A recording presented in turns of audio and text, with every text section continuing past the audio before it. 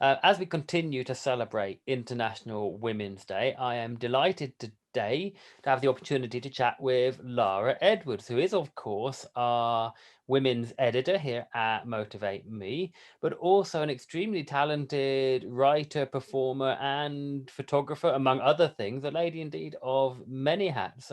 Lara, please just tell me a little bit about some of the many things you do, please.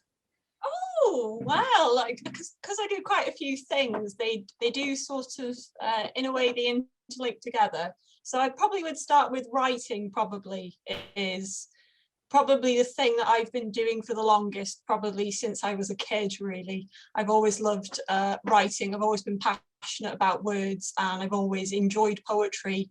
And I used to write poetry a lot and sort of share it sort of on the internet, really anonymously, because I was very shy and very anxious, and basically just began to share work through the community, and experimented a bit.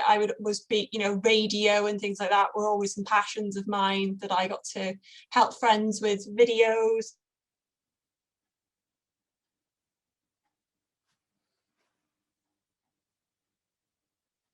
Well, so I would often put my own collages, my own pieces to my own work, which I really enjoyed for the self-expression. And yeah, the radio is a new thing that sort of came with my love of books, my passion of books and reading, and I wanted to share that. And I had the opportunity to meet somebody who had a book show and asked me to get involved with that. So I also champion libraries and independent bookshops and authors as well. Wow, fantastic stuff. So going back to the poetry then, when did you first start exploring poetry? I think I always enjoyed writing and reading from a very, very young age. My father actually told me when I was learning to write and read that I turned to him one day and he asked me what I was doing, and I said, I am trying to write a book. So I think from a very early age I was very in love with language. And I remember being taken to our local library, and we went in one regular Saturday and they said, we're really sorry, we're having to order books in for her now because she's read absolutely everything, which was fantastic. So yeah, that was a big part of my childhood. That was a big part of fostering that love for the reading and for the writing. Yeah.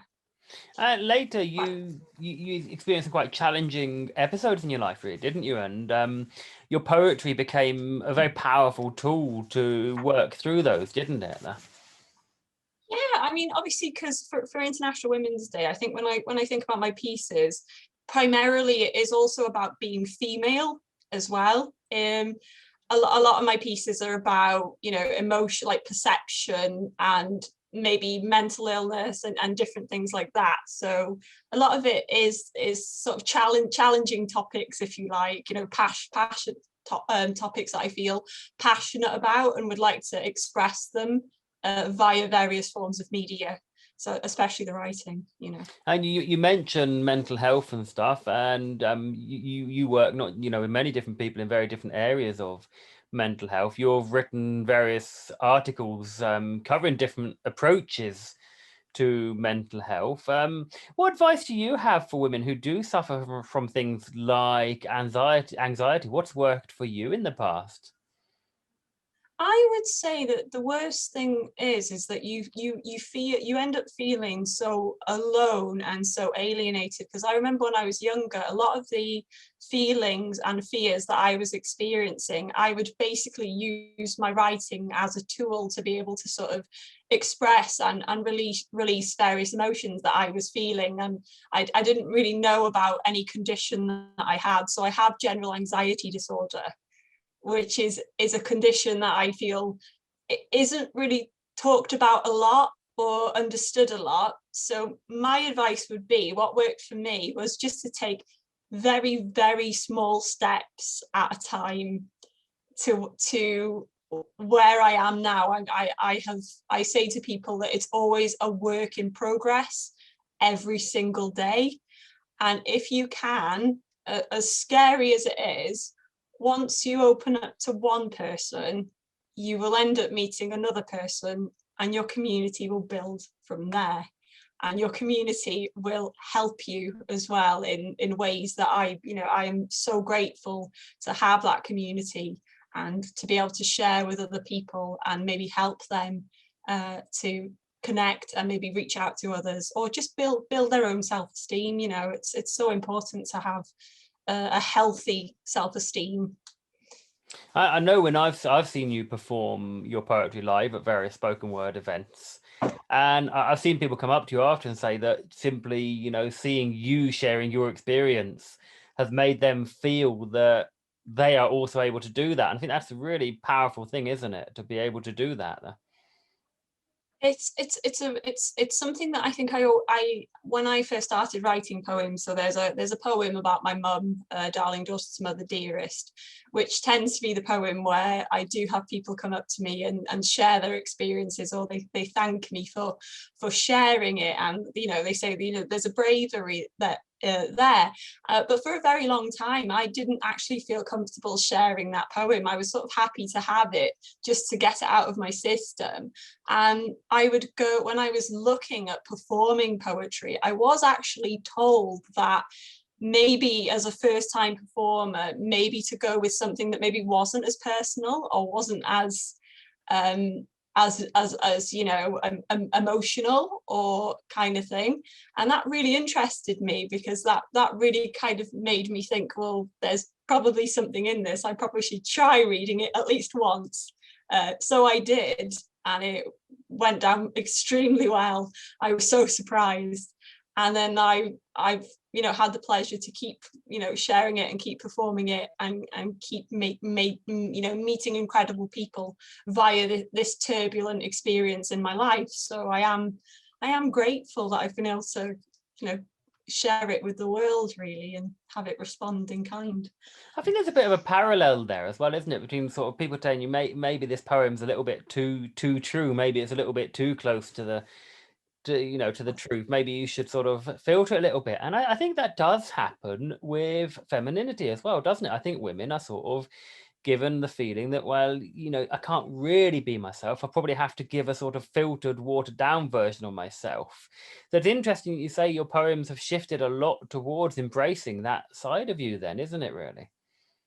Yeah, I think there's definitely been a shift in the writing, and I'm always sort of like inspired by other fellow female poets, because we are in a very male dominated industry. Still, we have a lot of work to go, and I feel very passionate about getting more women to share their work, even if it's not spoken word, even if it's just in our community platforms and other places like that, for a more supportive environment. Because I remember when I used to write poetry, a lot of my friends had other creative interests, which were maybe at school, like drama and things like that. And it's very strange, because I enjoyed those things, I really enjoyed them, but I didn't enjoy them in that environment. Like being creative was kind of in my spare time, or with my friends, like making music videos and doing magazine things. So now it's very interesting how the younger version of me had these hobbies and passions, and then the older version of me has found a way to sort of carry them through these tools that she uses, whether it's poetry, photography, or spoken word. And you're sort of channeling them now into a purpose as well, aren't you? Sort of that's bigger than Yes. than you. Yes. If we talk about your photography then, because you mentioned obviously, you mentioned then some of your other creative interests. When did you first sort of start exploring photography? I think I started photography quite young. I remember when I was in primary school, and we had like disposable cameras on a trip to Lake Vyrnwy, which is absolutely beautiful. And I mostly took a lot of landscape photos, and because it was film, obviously, so I just thought it was magical that you just had to wait and see what you ended up with. And then my family and friends were they saw a few of the images, and they were like, these are very good, but I didn't really do anything with them. I just kind of kept them sort of for family and friends to see. And then obviously with the internet and digital photography becoming a bigger thing, I got a proper camera, and I just started going out around my local parks and things and doing landscape and nature. And then I moved on to portraiture after about, I think about a year and a half, I would say. Everybody was very shy and self-conscious about having their photo taken, which I find very interesting, is that a lot of people hate having their photograph taken. So this kind of stuck with me. And the more I started sharing my work and, you know, getting to meet incredible, amazing people and reflect their characters, I use my photography also to help boost people's self-confidence and self-esteem as well. So that's a very satisfying thing, you know, and being able to help businesses or just people in general really raise up their confidence and their creativity and just shine a light on it, really. Because I think, especially for women, I think that's a very important thing too, because again, photography is a male dominated industry. So yeah, that's kind of my goals with that, really, to continue. I think, you know, if we think about stereotypes, there is a stereotype about men being behind the lens and women being in front of the lens, isn't there? There is, yes. It's still there. We are seeing a lot more female photographers, you know, becoming more prominent, but there is still that stereotype there in the industry, isn't there? There is. I think it's quite interesting actually, because I hadn't really experienced it before, because a lot of my I started attending like community things like photography nights, and I was just corresponding with one of the owners for one of the clubs, and he was very sort of like, you know, when I showed up, he was very surprised that I was a woman. And I just thought that was I thought that was very, very odd. There was, you know, a higher percentage of men than women, but it didn't make me feel comfortable. It didn't make me feel welcome there. It wasn't. So I want to, yeah, I want to encourage that there are more of us out there that are creative and wanting to work together, and, you know, we can work safely and creatively and confidently together. So prior to lockdown, I know one of your many projects in portrait photography was a project based around capturing women, particularly women with different identities, women, you know, different characters. Obviously, lockdown's made it very difficult for you to do much portrait work.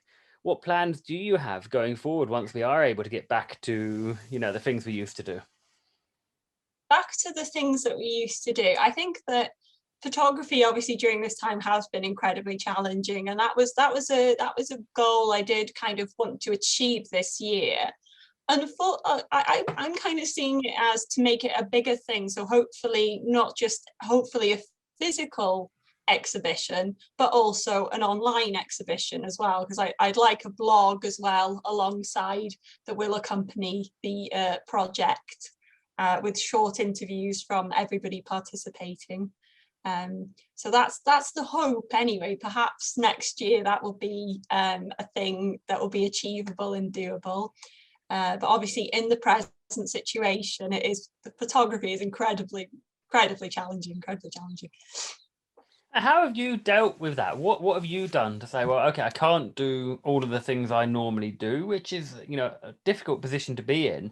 How have you sort of found yourself navigating that and making sure you stay on top of yourself, your well-being and your feelings? So this is a really good question actually. So I would say that obviously with some things that I can't do, like photography and poetry, I miss them an awful lot. I miss the community. I miss those spaces. However, there's a lot more things online that I'm getting engaged with, such as podcasting and video work, that I've always kind of wanted the opportunity to work on and develop, but previously did not have the time. So that's been very positive. I think the negatives have been, obviously with my general anxiety disorder, it is very important to have a routine. And when you have a routine that you're comfortable with and you're settled in, your well-being is good, you know when to take breaks and the such. I find that slightly challenging about working from home, is there's no distinction between those things. So it can get a little bit, sometimes you do have to sort of say, actually, I need to have a break now, or I need to go do this. So my favorite way, I would say, of having a break is because I can't do portraiture anymore.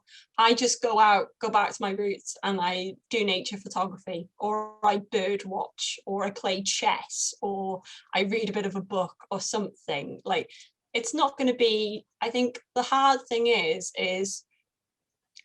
having intentions. So when you wake up in the morning, a big thing, like you did an article on this, and it's so important for us to set ourselves intentions rather than, I think, very large to-do lists that cause us a lot of can be quite stressful. So I would recommend to people, find something, anything in your day, even if it's for 5 minutes, 10 minutes, whether it's meditation or going for a walk, or maybe just reducing a bit of screen time if you can. Those are the little tips that I would give anyway, to try and promote a healthier mindset in this time. Going back to the broader topic of women in general, in your experience, what are the biggest challenges that women in general face at the moment? What do you think?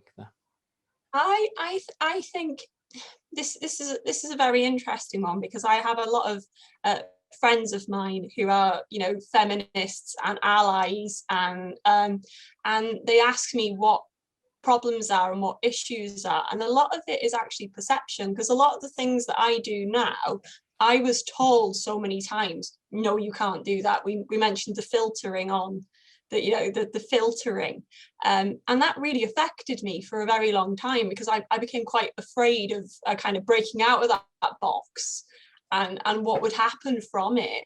So that is a very real fear for women, that if we we have work that we might feel very passionate about and very strongly about, but there are still these sort of preconceptions, if you like, and it is hard to challenge them. I think what we are all doing is wonderful, because the International Women's Day especially, but I do firmly believe that every day as women, we should all at least try and support each other. I know certainly that if I see something and it might not necessarily appeal to me or interest me, I will pass it on to somebody else who does. And I think there's a magic in that, like the stronger the community gets, because we are isolated essentially into pockets.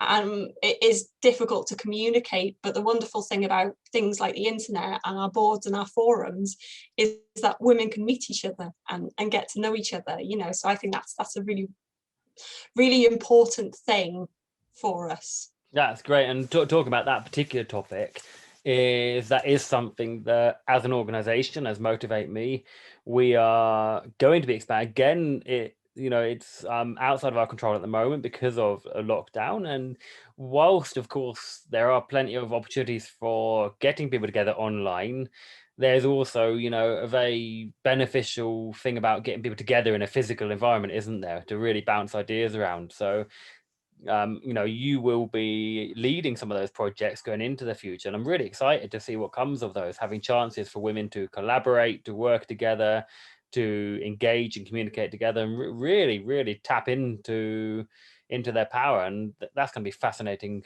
to watch.